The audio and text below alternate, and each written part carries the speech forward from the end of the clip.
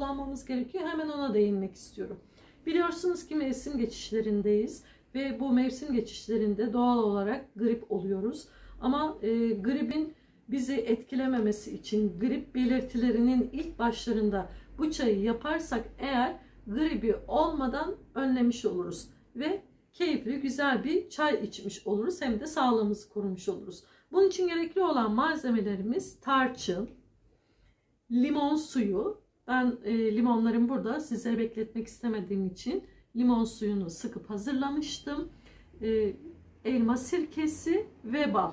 Bunların hepsini normal oda sıcaklığında içmiş olduğumuz suyun içerisine katacağız ve kendimizi, metabolizmamızı hızlandıracağız, bünyemizi kuvvetlendireceğiz, gribe karşı kendimizi korumuş olacağız. Bunun hemen yapılışına geçiyorum.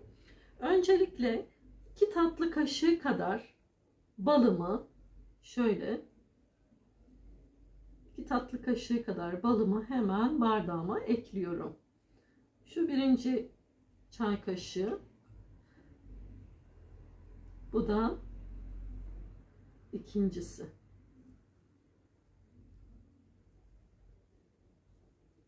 Balın vücudumuza olan faydalarını anlatmakla bitmez. Bizi hastalıklardan koruyor, vücudumuza detokslarda kullanabiliriz, tatlı olarak tüketebiliriz. Her türlü bunu tüketebiliriz. Hemen bunun içerisine daha önceden sıkıp hazırlamış olduğum limon suyumdan 2 tatlı kaşığı kadar koyuyorum. Ve hemen üzerine yine 2 tatlı kaşığı kadar elma sirkesi. Elma sirkesinin de biliyorsunuz vücudumuza etkileri çok büyüktür. Diyetlerde de kullanabiliriz. Bu tarz sağlık şeylerinde de kullanabiliriz. Ve bunun içerisine hemen şöyle küçük çay kaşığının ucundan tarçın katıyorum. Az bir şey. Hepsi bu kadar. Bunları güzelce karıştırıyoruz.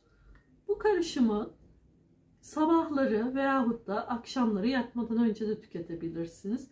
Ya da kendinizi en ufak bir grip belirtisi, yorgunluk, halsizlik, hafif bir boğaz ağrısı, hafif bir ateş, bu gibi durumlarda bunu güzelce karıştırıyorsunuz ve afiyetle içiyorsunuz. Hem sağlığınızı koruyorsunuz hem de değişik güzel bir çay elde etmiş oluyoruz.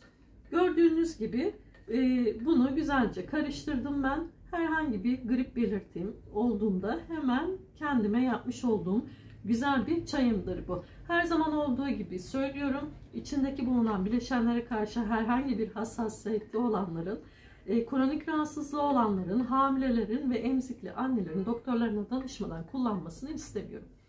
Eğer herhangi bir sağlık probleminiz yoksa bu mucizevi grip çayını mutlaka için. Göreceksiniz, kendinizi koruyacaksınız her türlü hastalıklara karşı. İmre'nin dünyasından sizlere keyifli, güzel bir, sağlıklı bir çay tarifi verdim. Eğer kanalıma abone değilseniz abone olup alttan yorum ve beğenilerinizi atarsanız memnun olurum. Eğer beğendiyseniz farklı kişi kitlelerde ulaşmam için sevdiklerinizle paylaşıp bu güzel çayı sevdiklerinize de tavsiye ederseniz çok mutlu olurum. İmre'nin dünyasından iyi günler.